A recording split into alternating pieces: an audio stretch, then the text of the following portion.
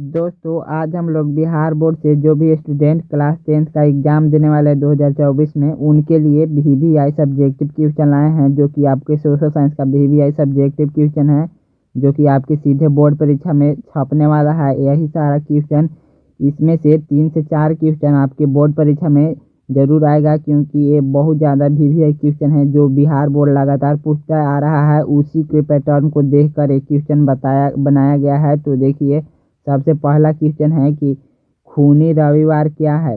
ये भी बहुत ज़्यादा वीवीआई क्वेश्चन है, इसीलिए आपको ये हम बता रहे हैं। तो सबसे पहले इसका आंसर देख लीजिए कि खूनी रविवार क्या है।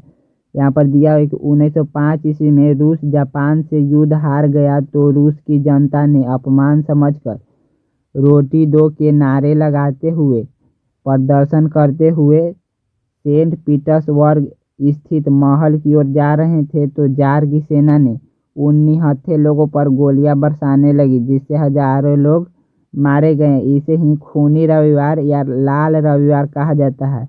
इसे आज दूसरे ढंग से पूछे कि लाल रविवार किसे कहते हैं, तो इसी को ही लाल रविवार भी कहा जाता है। और अगला क्वेश्चन है, देखिए अगला भी बहुत ज़्यादा वीवीआई क्वेश्चन है कि अक्टूबर क्रांति क्या है। यहाँ पर देख लीजिए, अक्टूबर क्रांति क्या है।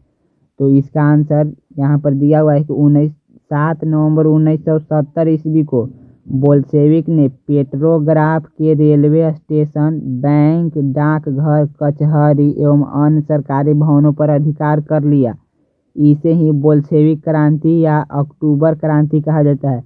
इसमें भी 2 क्वेश्चन बन सकता है कि बोल्शेविक क्रांति किसे कहते हैं और अक्टूबर क्रांति किसे कहते हैं। तो दोनों का सेम ही आंसर है। तो आप लोग याद भी होगा, याद नहीं है तो इसे याद कर लीजिए, क्योंकि ये सारा वीवीआई क्वेश्चन है। इसमें से 3 से 4 क्वेश्चन अवश्य आपके बोर्ड परीक्षा में रहेगा। और अगला क्वेश्चन है, देखिए सारा ही वीवीआई क्वेश्चन है जो आपके लिए बोर्ड परीक्षा में आने वाला है।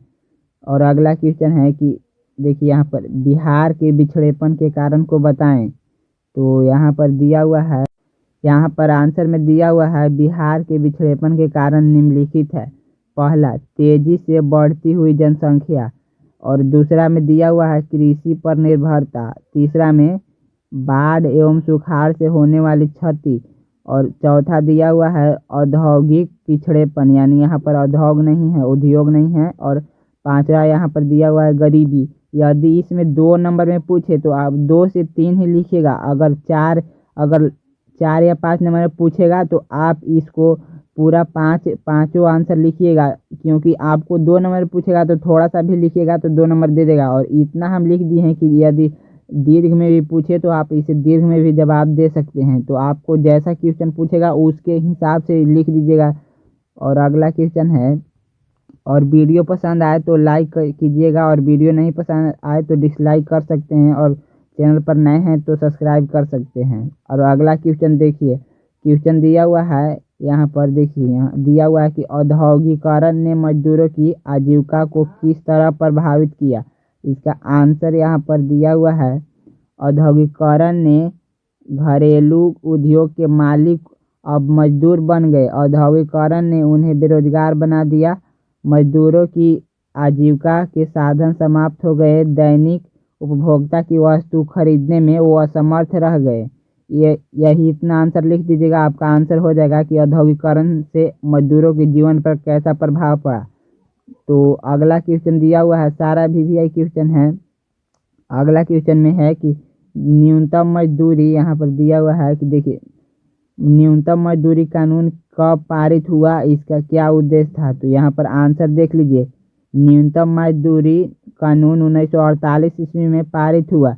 इसका उद्देश्य था कि उद्योगों में मजदूरों की मजदूरी तय करना। मजदूरों की न्यूनतम मजदूरी इतनी होनी चाहिए कि जिससे मजदूर की स्थिति उसके गुजर बसर से अधिक हो सके।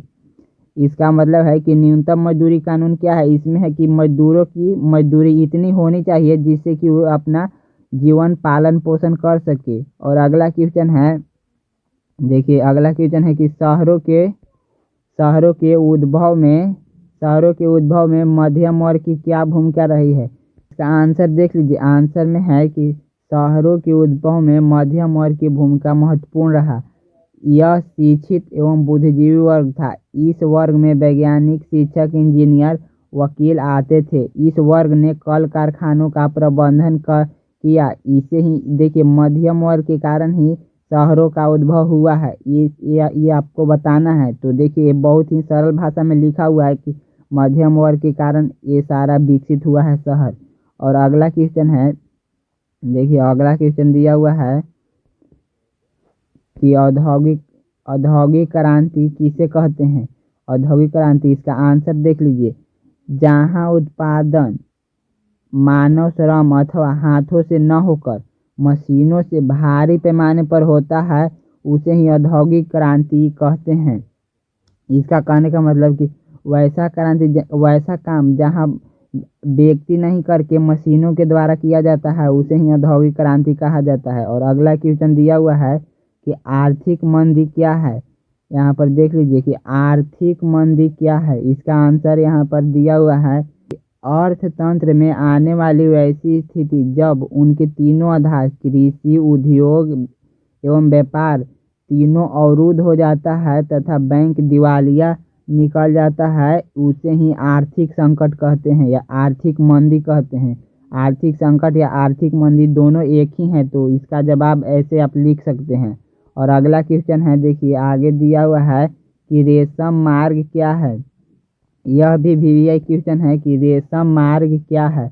इसका आंसर दिया हुआ है कि वह मार्ग जिसमें प्राचीन काल में चीन एवं मध्य एशिया, यूरोप के बीच रेशम का व्यापार होता था, इसी कारण इसका नाम रेशम मार्ग रख दिया गया।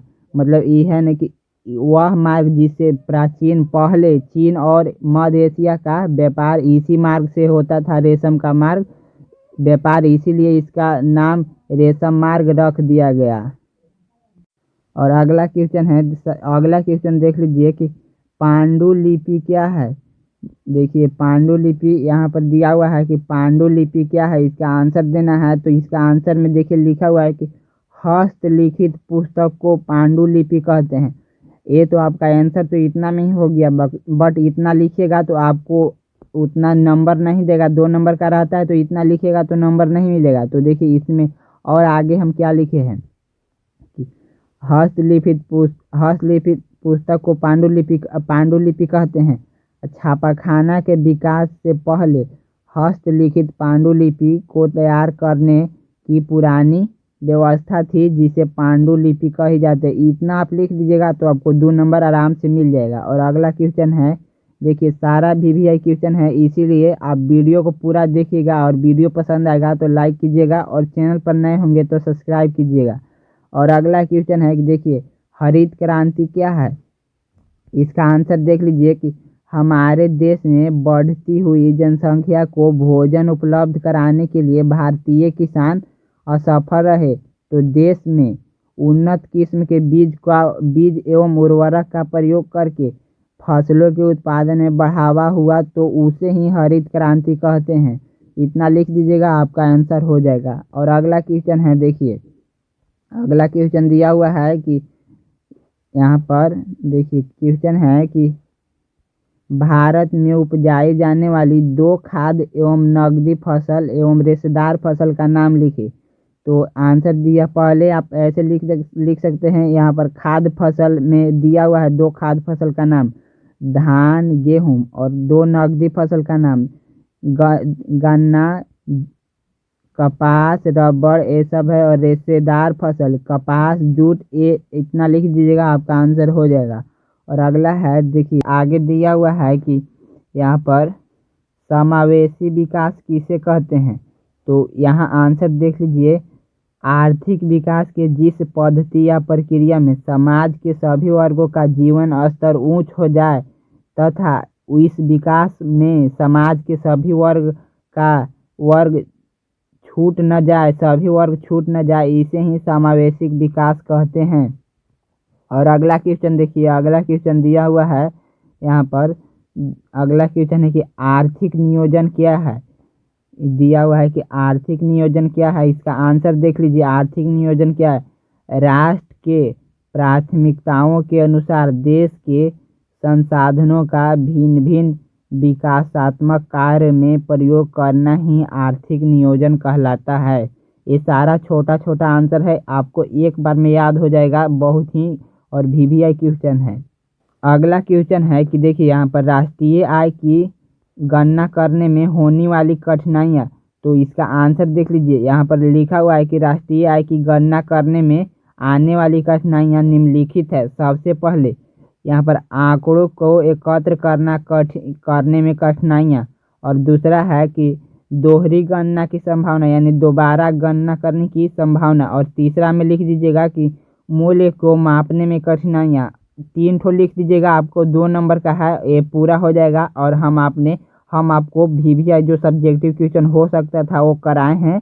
आप इसे 1 से 2 बार देख लीजिएगा, पूरा आपके दिमाग में फिट हो जाएगा। और चैनल पर नए आए होंगे तो सब्सक्राइब कीजिएगा और